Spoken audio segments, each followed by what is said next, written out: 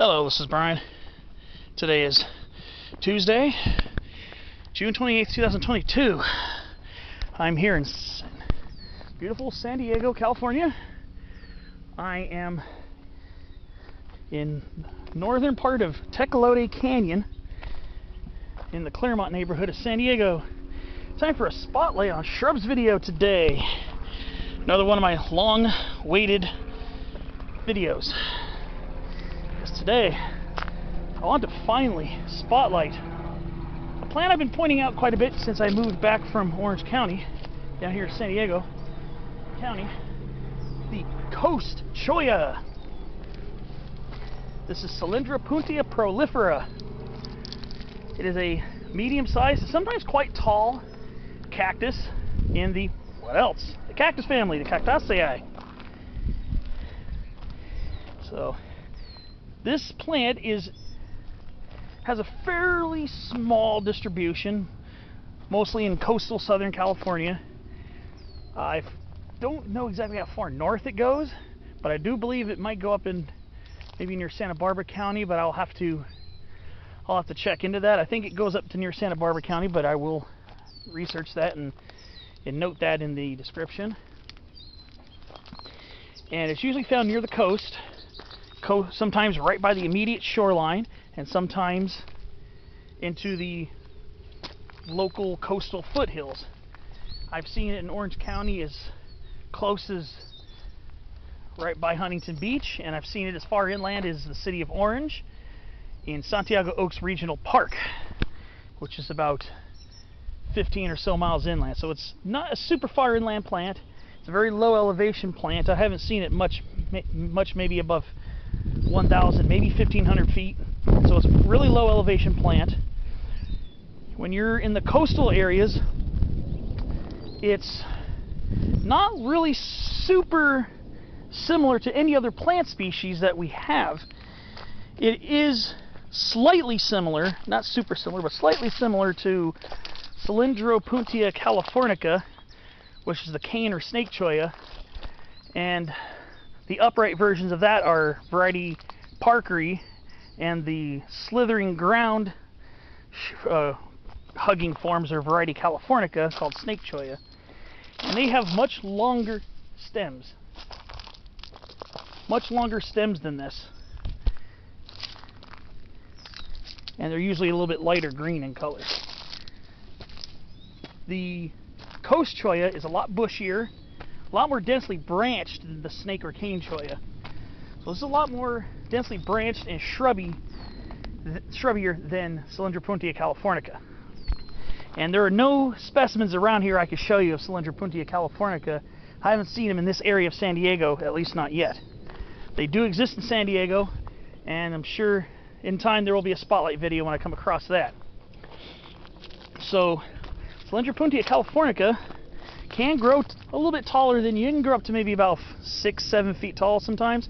I've seen them get pretty tall, and when they do get tall, they're still pretty dense most of the way up and down the cactus, but sometimes you will see the trunks. The trunks of these cactus plants are formed from the stems. So what started off as this when the plant was first developing, beginning of its life cycle, it kept growing, adding more stems or joints. I would call them joints. And eventually, the new stems replace the old ones, and the old ones get fatter, and then they become harder with a grayish color on the outside, and sometimes hardening into maybe some grayish bark with age. So, and of course, like a lot of cactus, you get the long spines, but we also get the little fuzzy glochids. Little fuzzy glochids are the ones that you rub on it. The long spines will poke you and stab you, but the other ones will rub into your skin, and it'll be quite irritating, itchy, painfully itchy to just pure painful. Not that the spines themselves don't hurt like crazy, because they do. And the spines help to prevent the plant from being eaten by most herbivores. It's not always 100% foolproof. There are some animals that can get to it. but they also serve as a means of reproduction. And so now we're going to go talk about the reproductive aspects of this plant, and I will include how the spines play a role in that as well. So the plants do flower in the late spring and early summer months, and most of the plants I've seen are already past their bloom, so we're not going to be really seeing much of that at all, unfortunately. But we do have a flower here with these strikingly beautiful deep reddish purple tepals. I think they're tepals or sepals. I forget which of the two they're called. But they are quite attractive, and in mass, this plant is quite striking when it's in bloom. But you can see here, sorry about my finger being in the way, beautiful. You can see the anthers and the stigma, and then the tepals or sepals. Beautiful flower.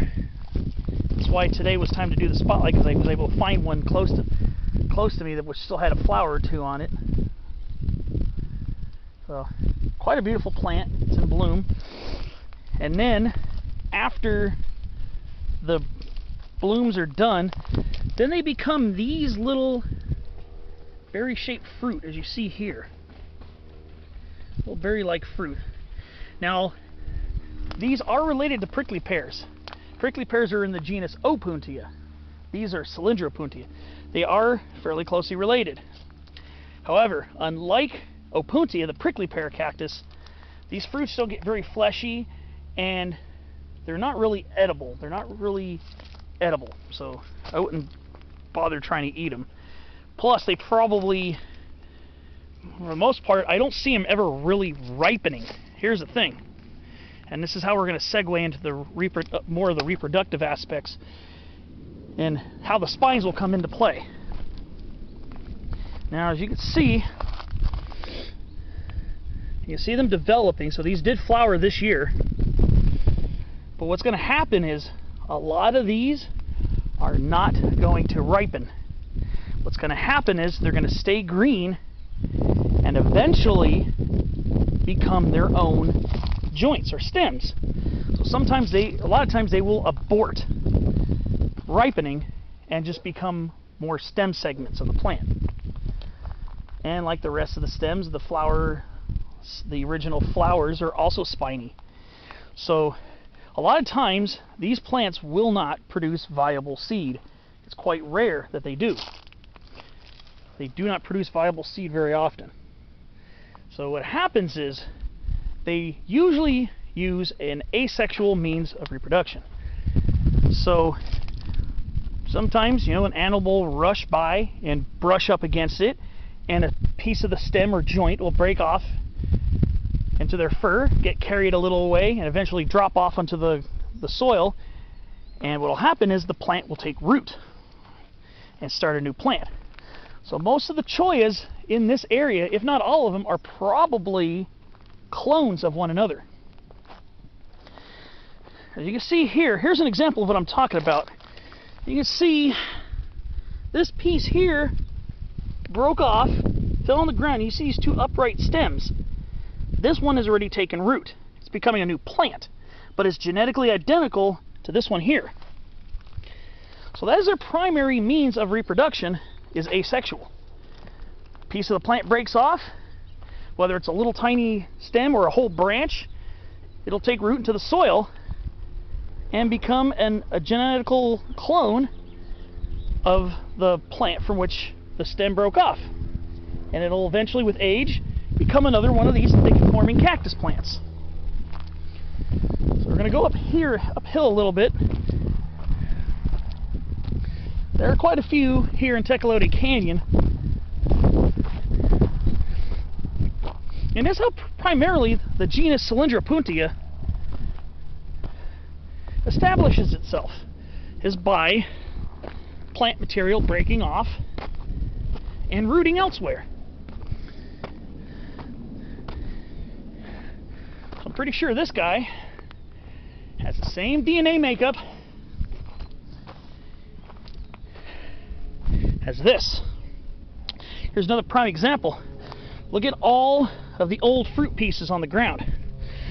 The old fruit pieces can also take root because they're not going to waste too many resources in ripening and becoming seed producing appendages. So a lot of times they drop to the ground, they take root. So you see here, here's a piece. I'm trying to see if this might have come from an old fruit that just detached without bothering to ripen the seeds, and it shot down roots into the soil. So you see here more examples of this plant dispersing itself and becoming established. So habitat for coast cholla. This is about as good as it's going to get. This is about as descriptive as it can get. Coastal sage scrub. A lot of common associates of coast cholla include black sage, Salvia mellifera, lemonade sumac, Rusa tegrifolia, Malus molorina, laurel sumac, California sagebrush, Artemisia californica, toyons, Heteromeles arborifolia, coastal and foothill buckwheats, Eriogonum fasciculatum, variety fasciculatum, and variety foliolosum, here being variety fasciculatum.